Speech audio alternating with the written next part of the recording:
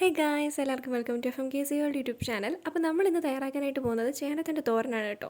തിരുവോണമായിട്ട് എല്ലാ കറികളും ഉണ്ടാക്കുന്നതിൻ്റെ ഇടയിൽ ഉണ്ടാക്കിയ ഒരു തോരൻ. അപ്പം അത് നമ്മൾ വീഡിയോ എടുത്തിടാമെന്ന് വിചാരിച്ചു. അങ്ങനെ നമ്മൾ ആ തോരൻ എങ്ങനെയാണ് ഉണ്ടാക്കുന്നതെന്നാണ് നമ്മളിന്ന് ചെയ്യാനായിട്ട് പോകുന്നത്. എന്തായാലും വളരെ കൂടുതലായിട്ടൊന്നും പറഞ്ഞ് നമ്മൾ ബോറടിപ്പിക്കുന്നില്ല. നമ്മൾ നേരെ വീഡിയോയിലോട്ട് പോകുകയാണ്. അവസാനം നമ്മൾ ഈ തിരുവോണത്തിന് നമ്മൾ ഉച്ചക്കത്തേന് സദ്യയ്ക്ക് വേണ്ടിയിട്ട് ഉണ്ടാക്കിയ കറികൾ മൊത്തം നമ്മൾ കാണിക്കുന്നുണ്ട്. അപ്പോൾ അവസാനം വരെ വീഡിയോ കാണാൻ ശ്രമിക്കുക കേട്ടോ. അപ്പോൾ എന്തായാലും നമുക്ക് നേരെ വീഡിയോയിലോട്ട് പോകാം. വീഡിയോയിലോട്ട് പോകുന്നതിന് മുന്നായിട്ട് ചാനൽ നിങ്ങൾ ആദ്യമായിട്ട് കാണുന്നവരാണെങ്കിൽ ഒന്ന് സബ്സ്ക്രൈബ് ചെയ്തേക്കുക. സബ്സ്ക്രൈബ് ചെയ്യുമ്പോൾ തൊട്ടടുത്ത് വരുന്ന ബെൽ ബട്ടൺ ഒന്ന് ക്ലിക്ക് ചെയ്ത് ഓൾ എന്ന ഓപ്ഷൻ തന്നെ സെലക്ട് ചെയ്യണം കേട്ടോ. എങ്കിൽ മാത്രമേ ഞങ്ങൾ വീഡിയോസ് അപ്ലോഡ് ചെയ്യുമ്പോൾ തന്നെ നിങ്ങൾക്ക് നോട്ടിഫിക്കേഷൻ ലഭിക്കത്തുള്ളൂ. അതുപോലെ വീഡിയോസ് ഇഷ്ടമായി ലൈക്ക് ചെയ്യുക, ഫ്രണ്ട്സിനൊക്കെ ഒന്ന് ഷെയർ ചെയ്ത് കൊടുക്കുക. അപ്പോൾ എങ്ങനെയാണ് തോരൻ തയ്യാറാക്കുന്നത് നോക്കാം. നേരെ വീഡിയോയിലോട്ട് പോകാം. അപ്പം നമ്മുടെ ചേനത്തണ്ട് തോരൻ തയ്യാറാക്കാൻ വേണ്ടിയിട്ട് നമ്മൾ ചേനത്തണ്ട് ഇവിടെ എടുത്തുകൊണ്ട് വന്നിട്ട് അത് കുത്തിച്ചാരി വെച്ചിട്ടുണ്ട് അതിൻ്റെ കറകളൊക്കെ ഒന്ന് പോകാൻ വേണ്ടിയിട്ട്. അത് നമ്മൾ അരിഞ്ഞ് എടുത്തുകൊണ്ടിരിക്കുകയാണ്.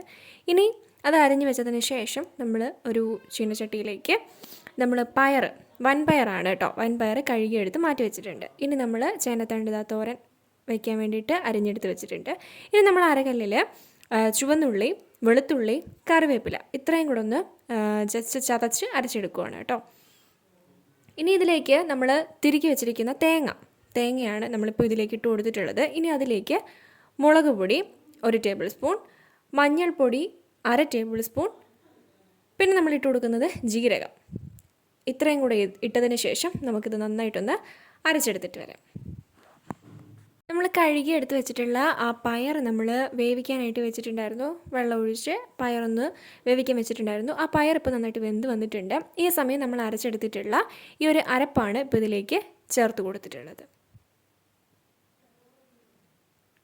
ഈ അരപ്പ് ചേർത്തതിന് ശേഷം നമ്മൾ അരിഞ്ഞു വെച്ചിരിക്കുന്ന ചേനത്തണ്ടാണ് കേട്ടോ ഇതിലേക്ക് ഇപ്പോൾ ഇട്ട് കൊടുത്തിട്ടുള്ളത്. ആ അരിഞ്ഞെടുത്ത ചേനത്തണ്ട് നമ്മൾ നന്നായിട്ട് വെള്ളത്തിൽ കഴുകി മാറ്റി വെച്ചിരുന്നതാണ്. ഇപ്പോൾ ഇതിലേക്ക് ഇടുന്നതിന് മുൻപേയും ആ വെള്ളം നന്നായിട്ടൊന്ന് പിഴിഞ്ഞതിന് ശേഷമാണ് ഇപ്പോൾ ഇതിലേക്ക് ഇട്ട് കൊടുക്കുന്നത്. ചേനത്തണ്ട് അരിഞ്ഞതും എല്ലാം കൂടെ നമ്മൾ ഈ ചീനച്ചട്ടിയിലേക്ക് ഇട്ടിട്ട് അടച്ചു വെച്ചിരുന്നതാണ്. അത് ഇപ്പം കറക്റ്റായി വന്നിട്ടുണ്ട്. ഇനി നമ്മൾ അത് വാങ്ങിയിട്ട് വേറൊരു ചീനച്ചട്ടിയിലേക്ക് എണ്ണ ഒഴിച്ച് കൊടുത്തിട്ടുണ്ട് കടുക് പൊട്ടിക്കാൻ വേണ്ടിയിട്ട്. കടുക് പൊട്ടി വരുന്ന സമയത്ത് വറ്റൽമുളകും കറിവേപ്പിലയും ചുവന്നുള്ളി ചെറുതായിട്ട് അരിഞ്ഞതും ഇട്ടിട്ട് നന്നായിട്ടൊന്ന് ഇളക്കി കൊടുക്കുകയാണേ. കടുക് വറുപ്പ് തയ്യാറാക്കിക്കൊണ്ടിരിക്കുകയാണ്. ഇനി നമ്മൾ ആ കടുക് വറുപ്പ് തയ്യാറാക്കിയതിലേക്ക് നമ്മൾ തോരൻ റെഡിയാക്കി വെച്ചിരുന്നില്ലേ, അതാണിപ്പോൾ ഇതിലേക്ക് ഇട്ട് കൊടുത്തിട്ടുണ്ട്. ഇനി ഇതെല്ലാം കൂടെ നന്നായിട്ട് ഇളക്കി ഒന്ന് യോജിപ്പിച്ചെടുക്കാം. അങ്ങനെ നമ്മുടെ തോരൻ ഇവിടെ റെഡി ആയിട്ടുണ്ട്. സംഭവം ഇത്രയേ ഉള്ളൂ. തോരൻ വളരെ സിമ്പിളാണ്, പെട്ടെന്ന് തയ്യാറാക്കാം. അതുകൊണ്ടാണ് ഇതിൻ്റെ വീഡിയോ എടുത്തത് കേട്ടോ. അങ്ങനെ നമ്മുടെ തോരൻ ഇവിടെ റെഡി ആയിട്ടുണ്ട്. ഈ തിരുവോണം ആയതുകൊണ്ട് തന്നെ നമ്മൾ ഒത്തിരി കറികൾ ഉണ്ടാക്കുമല്ലോ. അപ്പോൾ അതിൻ്റെ ഇടയ്ക്ക് എടുത്തതായതുകൊണ്ടാണ് വളരെ പെട്ടെന്ന് വീഡിയോ കാണിച്ചത് കേട്ടോ. വളരെ അങ്ങനെ നമ്മൾ ലെങ്തി കൂട്ടി അങ്ങനെ കാര്യങ്ങളൊന്നും ചെയ്തില്ല. പെട്ടെന്ന് എടുക്കുന്നു, റെഡിയാവുന്നു എന്ന രീതിയിൽ കാണിച്ചു. അപ്പോൾ വായോ, നമ്മുടെ തിരുവോണ സദ്യയ്ക്ക് നമ്മൾ ബാക്കി ഉണ്ടാക്കിയ കറികളും കൂടെ പെട്ടെന്നൊന്ന് കണ്ടിട്ട് വരാം. ഇലയിൽ കറികളെല്ലാം വിളമ്പി വെച്ചിട്ടുണ്ട്.